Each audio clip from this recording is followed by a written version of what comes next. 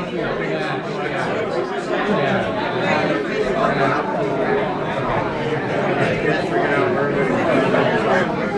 everybody doing tonight?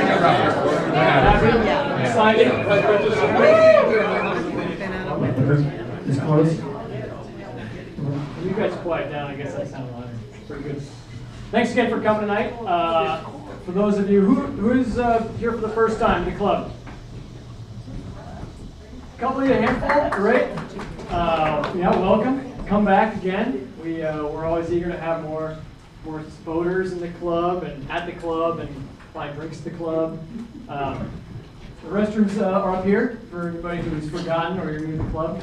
Don't be shy. We don't want to see you wiggling too much.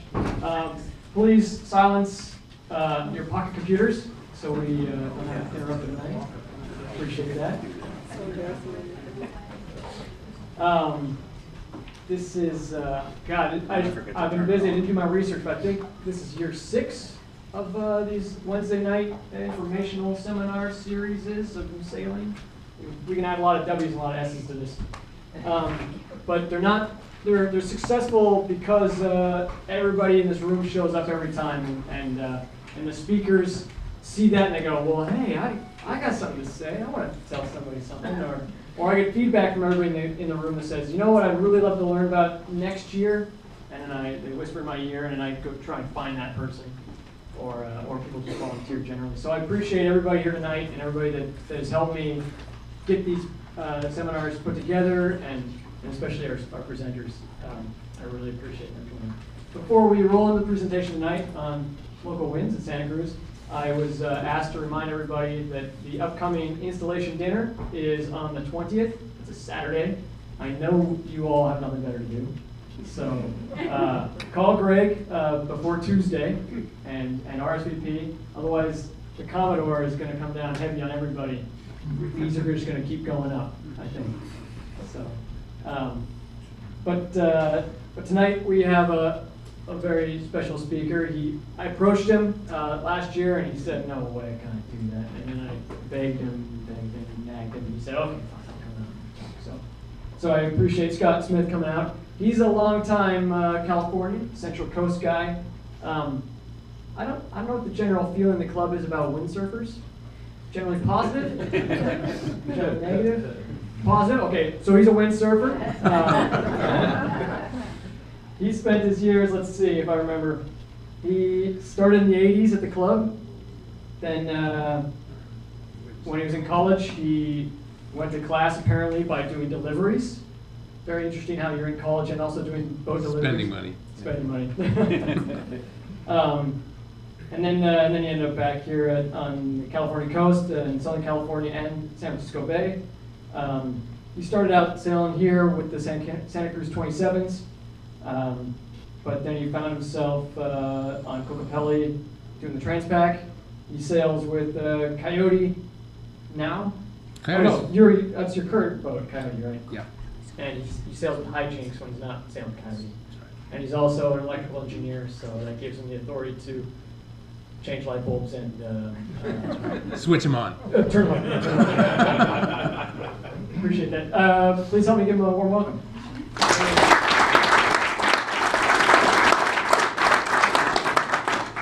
Thanks, John. I'm going to not use the microphone, so anybody who's back there who can't hear, I'll either talk louder or I guess I'll use the mic. I'm really excited to come and talk to you guys about this. I know there's a lot of people out in the room that could speak just as well to this subject as I would, so please feel free if I neglect a subject or a topic or something, ask the question or make a suggestion. And for anybody else, same thing. Please feel free to ask a question if I haven't addressed it or anything. So what I want to talk about are a couple of different things. There's a couple of different sort of main influences for wind in most places, and I want to talk about those. And then I want to talk about what the local patterns and what the local manifestations of that look like, and then we'll talk a little bit about what some resources are for wind forecasting and for understanding what the winds. So at its root, wind is created by air that's moving from a high pressure area to a low pressure area. But there's a whole bunch of caveats to that. So high pressure area can often be because it's cold, low pressure area often because it's warm. But at the end of the day, the air moves from high pressure to low. So because the Earth is spinning and we're all going around in a big circle, there's something called the Coriolis effect. So if you look at the winds in the North Pacific in the summertime, there's a big high out there usually, which is what creates the trade winds that go dip down above the equator and get all those Transpac boats to Hawaii nice and fast. And that's something that's called the Coriolis effect. So instead of going straight from a high to a low, it actually will circle the high in a big clockwise manner. And around the low, it'll go in a counterclockwise manner. And when there's a big high close to a low low, they get together and they create really good winds. So any questions on that? Okay. So I sat out here, this is a really good example of this. I sat out here on the deck on, what day was that? December 16th. And everybody was out racing, and it was a wild and woolly day. And I thought, okay, why is that going on? And it's the same thing I was just talking about, right? There's a big high out in the Pacific, and a low just onshore inland, and a bunch of squashed isobars right there. Big pressure drop going from that high to that low. So down these isobars come a whole bunch of wind. That little sign right there, that's what that's about. And the other thing that created a lot of wind that day is an upper level high. And so when you get upper level highs standing on top of surface highs, or upper level lows standing on top of surface lows, those lows are what really creates excitement.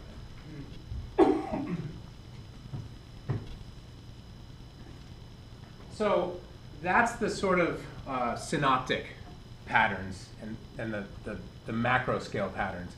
What are the more local patterns that actually create wind? So remember I said the high pressure, air moves from high pressure to low pressure. When air is cold, it's denser, and typically it's higher pressure. When it's hot, it rises, creates low pressure. So the San Francisco Bay is a really good example of this, where there's this cold, damp air offshore and a hot valley inland, and so that sucks the air in off the ocean. But there's a couple other things that are happening there. There's what's called a Venturi effect. It's like a Venturi effect is kind of like a funnel, where out in the outside the gate here, there's you've got the wide area of the funnel, and if you think about sand going through that funnel, all these little sand granules are just kind of sitting out there. But as they get closer to the neck of that funnel, they start moving a lot faster.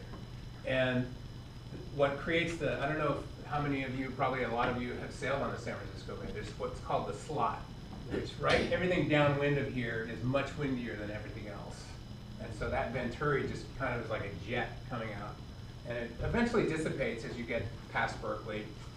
And the other thing that happens here, especially up in here, this is something called Hurricane Gulch. I don't know how familiar you are with that.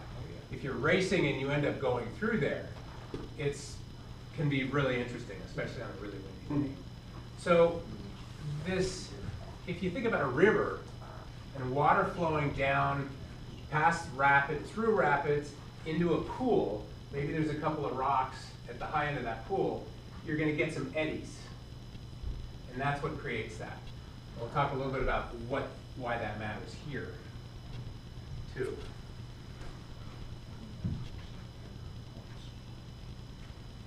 So, but let's go to sort of the daily summer pattern in Santa Cruz.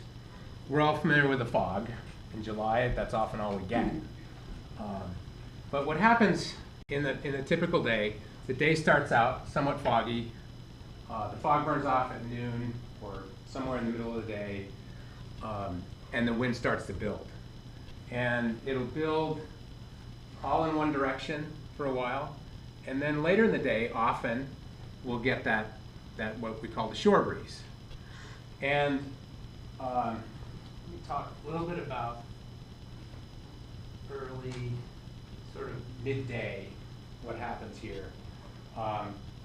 So if we think about the funnel that the Golden Gate started, that Golden Gate creates, sometimes we have what I would call half a funnel. We get a little bit of wind stacking up on the hills here and on the shore, and it kind of comes in like this. There's nothing forcing it from the south, but it kind of comes in and funnels here, and then we get a little bit of spreading of it after it goes around Lighthouse Point. So that can be something to use tactically in a second. I'll talk about it. So how do you use that tactically? When you're headed upwind, say on a Wednesday night, and we don't have a shore breeze, it's a Wednesday night, sometime late in the season, and the wind looks like this, which does happen on Wednesday nights. If you're coming in from the start, lots of times you'll be able to go towards the wharf up there and catch a lift from the way that wind is bending around. But the flip side of that is there's less wind up there. So tactically, you've got to watch, look at the water up there and say, do I have plenty of wind up there to take advantage of that lift? Going downwind, typically boats with their kites will stay outside. They won't dip in there because they'll want the speed from the wind, from the stronger wind. Then also, of course, Wednesday nights or evenings in general, the transition, which will move from inland to offshore, and I'll show that in a second. The other thing that's kind of interesting about this is if there's a lot of west in the wind here, it's coming, often will come from the northwest, but sometimes it'll get a little more west in it, and that will increase that funnel effect. And so if you're coming in from the south, I often come in from the south, and all of a sudden I start to get headed a little bit here. It kind of takes me a while to figure out why I'm getting headed, but that's often the case. Is you're getting a funnel effect here. There's more wind inside than there is offshore, and you get headed in it. So, any questions on all that? You talk about downwind, right? Getting headed. Actually, coming on a beam reach, I'll find I get headed. But there's a lot more wind a mile offshore than there is 5 miles offshore, too. And so I think those are the things that are related. So talking about the shore breeze. This is kind of an interesting, this is my theory about why this happens. Somebody was just mentioning to me earlier, they were asking a number of people and who couldn't explain it. But my theory about why this happens is, remember we talked about the eddy. If you look at the Golden Gate, you think about the Golden Gate, and you think about the rotors that are happening as the wind comes out and spreads after the Golden Gate. Essentially, you've got a northwest wind coming down the coast, and in the afternoon, you have a weakening low inland. And the air is cooling down inland. It's warming up maybe offshore. So you've got a weakening pull. And what happens then is you get the effect of the boulder around down the river, and it comes back around. And where this starts is typically up in here. I've often been at our house, which is about in here, and I've seen it blowing full westerly out here, and it was blowing out of the east at the house. And so that'll often then move out. It'll move south and go way out, and then usually is a precursor to no wind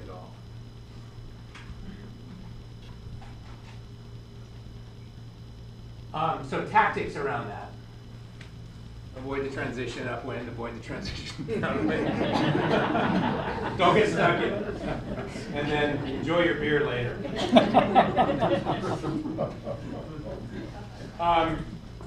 So the summer, thinking about what the influencers are on the wind in the summer. If the main driver of our summer breeze is cool offshore air, hot inland air. All you have to do is look at the Half Moon Bay temperature and the temperature in Gonzales, and you'll see summer or winter. You'll see, if you have more than 10 degrees, you're going to get a decent thermal-based wind. And in the summer, it's often 20, 30, 40, 50 degrees difference. So that's what really drives the combination of that and that big Pacific high offshore with the synoptic wind is what drives that summer breeze. But some things that can change that, sometimes I talked a little bit about the fog in, the fog staying around all day. That often happens if you've got a low coming through to the north of us. It's kind of like a winter pattern. Into that low goes through. Those lows go through all summer long in Oregon and Washington, but sometimes they dip a little bit lower, and they'll suck that cold air, that cold moist air inland, and it'll kill all the thermal stuff. The other opposite happening is if that high, there's often a big high in the Midwest or in the plains. Sometimes that will spread out to the coast, and that'll kill all the wind here because it just gets hot. Next is of course, if you've got, as we looked at earlier, you've got a big pressure gradient, so that the synoptic wind is really, if you've got a big strong low inland and that big strong high out, that'll increase the wind. And then an upper level low passing over. In the summertime, usually gets gray and cloudy with high clouds, not fog. What did I miss here? I think I talked about the easterly too. So that moves south as it progresses, and usually as it gets weaker, the transition gets bigger, and then the whole thing just dies. So, any questions on all that? Okay. So when you talked about the easterly moving south, Yeah. is it because that the eddy of the wind is getting weaker, or why would it move south into the bay? So I think it's as the temperature gradient gets weaker, and that's why that usually happens in the evening. What'll happen is it'll be well defined and well north, but then it'll get bigger and kind of draw south, and then the whole thing will dissipate. So the temperature gradient is what really drives the thermal wind, and then a weaker gradient starts the eddy to begin with and then builds it. That make sense? Yeah. Talk about an upper level low. What kind of elevation is it? So those you could see on they're called 500 millibar heights, and that's usually about 15,000 feet. Other questions? You can see those on, like those things you showed earlier, the synoptics and a Pacific briefing package. Mm-hmm. I'll show you the upper level lows. And Windy TV also has a setting that you can set it at 500 millibars or any altitude you want. Right. So you can look at it that way too. Yeah, well, I'll talk about Windy TV in a second, but that's a really great tool. Couple notes on winter. Any other comments or questions on that? Okay. So we all know here in general, most of us know that the wind here is very light in the winter, unless it's not. So storm's coming through, closes the harbor mouth, blows hard from the southwest. After the storm, it's, there's a high coming through maybe after that low, isobars close together, blows like heck out of the north. So the strong winds around most of California are out of the southwest in the winter, out of the southwest, or that north or northeast kind of Santa Ana pattern. The thermal conditions kind of, you know, observing thermals in the winter is kind of interesting. That's where I watched it for a while, and it's that Half Moon Bay Gonzales thing. If there's 10 degrees or more, and there's not much, no big high or anything like that going through, 10 degrees or more will get you a few knots of wind in the afternoon. And that's kind of an interesting thing, watching that for a while. Yeah, so resources. You mentioned Windy TV. So SailFlow is my go-to. I have an app on there. I actually pay for the service because they have really good forecasting. They have really good forecasting for a day out. It's kind of interesting. Their forecast. Sorry. Do they ever get the easterly on SailFlow? No, I don't expect it. No. I don't know anybody that does that, except a local who can just. Windy TV will get it sometimes, they'll pick it up. They'll pick it up as a observed, not as a forecast. Yeah. Yeah. Predict wind will show up in the forecast sometimes. Really? Yeah. That's but isn't that the same as SailFlow? Huh. I thought it was the same company. That's interesting. Good. So, and the other thing about SailFlow, I think that was started by windsurfers. Actually, I had one of those pagers years ago, and I think this is the same company.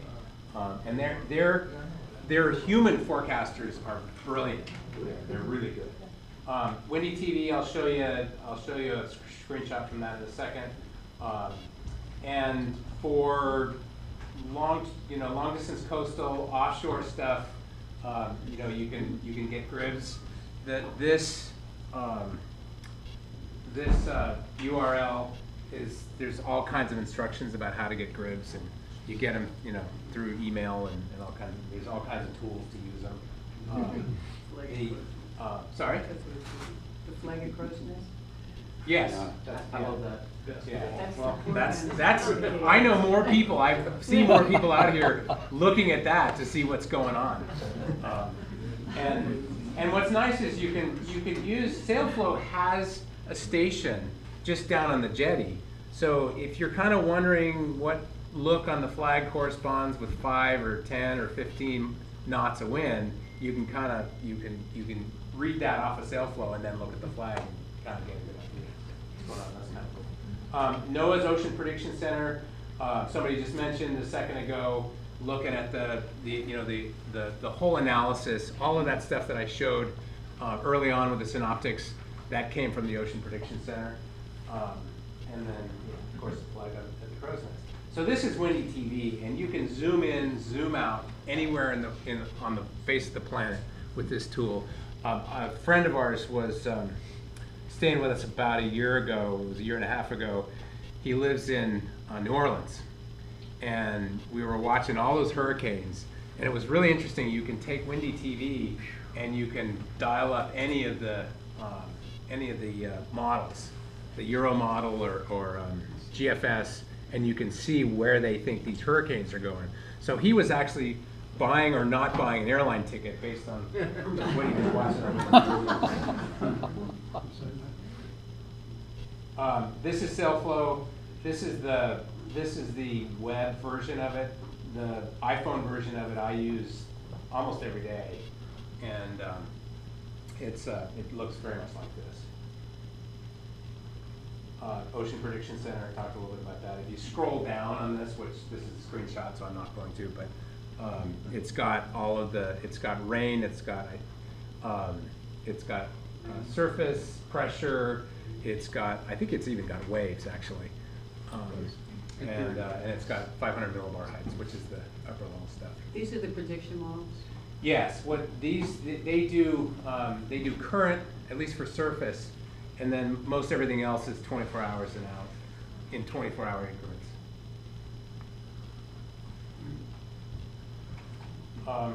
That's it. Any questions? Yeah. Would you be able to put this into an email for people that couldn't make it and some of us are bad at taking notes? Sure, absolutely. Yeah. John, you don't have a list, do you? I'll put it on the website. There you go. Yeah. Good. Any other questions? As far as the transition goes, I Yeah. think a year or two ago, Jay Crum gave a little talk here about tactics in Santa Cruz. Mhm. He said, when transition's filling in, you know, you have to bet on where to cross it. Right. He says, usually your best chance of crossing it is down by the radio antennas, because that's where it's gonna be narrowest, and you'll fill in first. Good input. Yeah. Right. I wouldn't know enough to disagree with that actually, but that sounds right. There's no one hard, fast rule in that. Watch the water. Yeah. Yeah. I'd most likely agree with that. Yeah. There's the old axiom about up in the city, either it's blowing hard outside the gate or inside the gate, but never both. Can you comment on that, or and why? I would say that it's due to the. Can you restate the question? Yeah, I didn't know. sure. So the question was, there's an adage that it's either blowing hard outside the gate or inside the gate. I don't know if I would agree with that to begin with, but I can explain why people think it, or it's a common occurrence. You know, the fog, it blows, it typically blows downwind of the fog or inland from the fog, right? And the fog hangs out offshore or it moves inshore. And I think if it's offshore, if it's well offshore, you don't have enough wind and enough temperature differential to generate the venturi at the gate. So it just blows well offshore. And the other reason it could be is that you only have a synoptic wind. And it's really the thermal wind that drives it through the gate.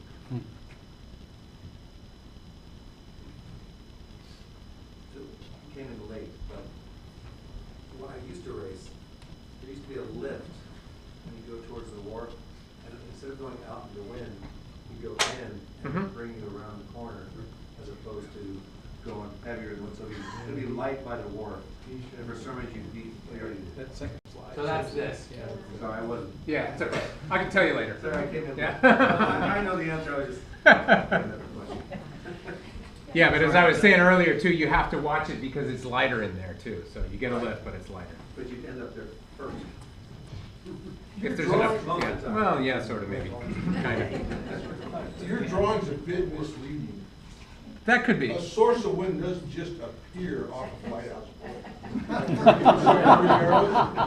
Wind actually bends around. This is Star Trek world, right? It beams there. I'm a terrible artist, so I'm not gonna. Wind has a tendency to bend around points. Yes, that's right. And that's what creates the short side lift here. That's that kind of good point, and that's kind of the point that I'm trying to make here is that it's bending and it's expanding. So, thank you for that. Yeah. And you address the presence of clouds over a race course or over the bay. Not fog per se, but like passing clouds, like cumulus clouds. Would there be any impact? Well, cumulus is usually a winter phenomenon. Those are usually the remnants of a storm. And so if there's cumulus, I would say you probably, very defined cumulus, it's likely going to be a synoptic northwest wind. Yeah. Why in the middle of a race does it always decide to change direction? So those of us who are behind can catch up.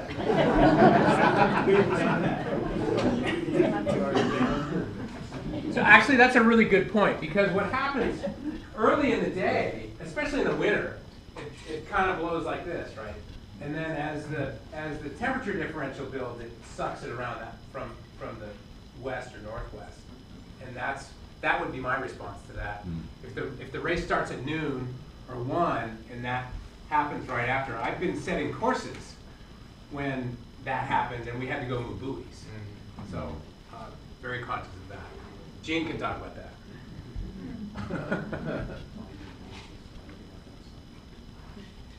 Anything else? Well, thank you all. Just an observation. Yeah. That Monterey Bay has always provided great natural harbor in the summer because of the calming effect and getting out of the synoptic winds. So, But the opposite in the winter, where it's exposed, is really the reason why we have a harbor here, which is to get out of that condition, we had to build some protection. that's right. And so we're here, and the yacht club is here now really because of winds. I would also add to that that the waves are important there too. The waves in the winter will often come out of the southwest, whereas a lot of them will come out of the northwest in the summer, and so that's why it's calmer inside here in the summer. Yeah. Hey Scott, can you discuss anything about Monterey and approaching Monterey? Because that can be a perplexing approach sometimes. Yeah, let me see if I can, Mary, I gave you that paper chart. I should. Donate towards peace. Yeah, the one main comment that I would have. Holiday Inn. I'm going to use this just because it's easier to get with the chart.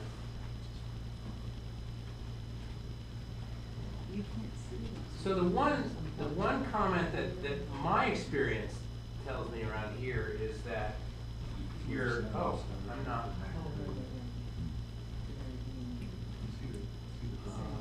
need to get out of that. Go here. Here we go. Okay. So everybody recognize this? Monterey Peninsula. Cypress Point, Venus Point. Yeah. So it's really, this is weird. So out in the bay, we've got this northwest wind that's generated probably both synoptically and thermally in the summer anyway. And what happens, you're sailing down here, and all of a sudden, the wind starts coming across here. Yeah. And so, to be honest with you, I haven't thought a lot about that, and I don't know why that is. I think it may be thermal. But that's my observation in coming in here. You don't want to end up too far offshore. You know, you're going to a mark at the end of a race right in there somewhere, and if you're down here, you're going to have to tack. So you want to stay close to the shore here, but not so close that you're in a shadow before that wind shift happens. So it's almost a direct westerly when you're on Definitely, yeah. Once you're within a half a mile of the harbor, like you go by the aquarium, it's almost always right out of the west. Straight down the avenue. Right. It depends on time of day. Mm-hmm. Where the fog is on. Right. Well, no, I'm talking in terms of when the westerly starts to move offshore. And you'll see it go outside of Monterey Bay completely. Right.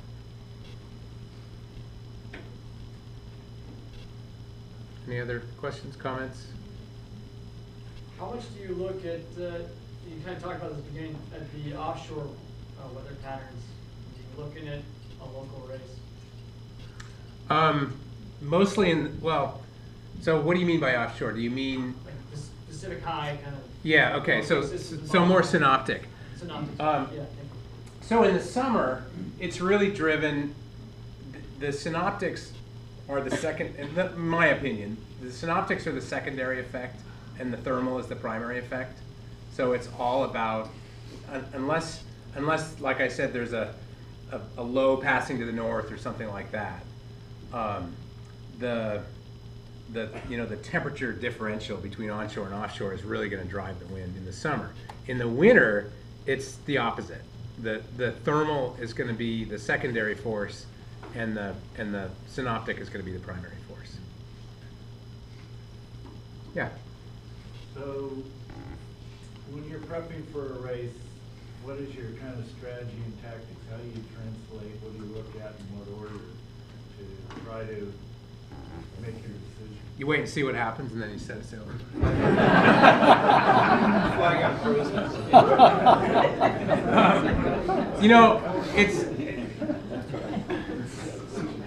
I think So this,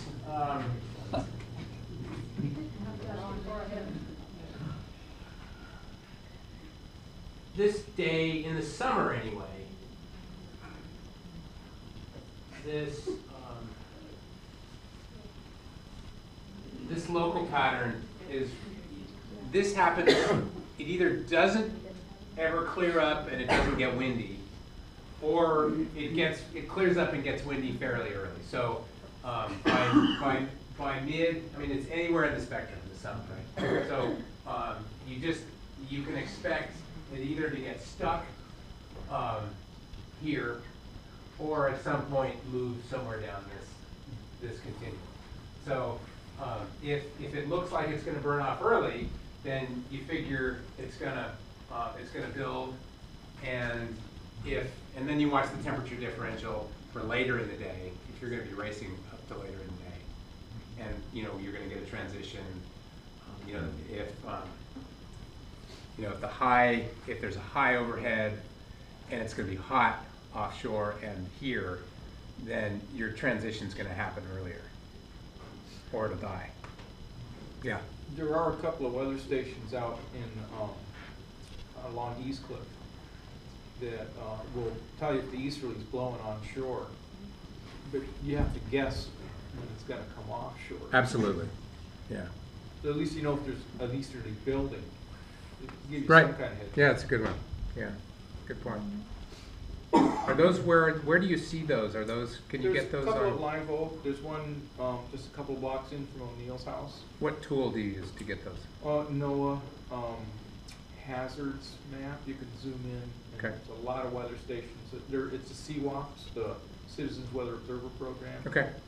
And that shows you every weather station reports to NOAA. Cool. That's good. I didn't know about that. Okay. Thank you. Thank you.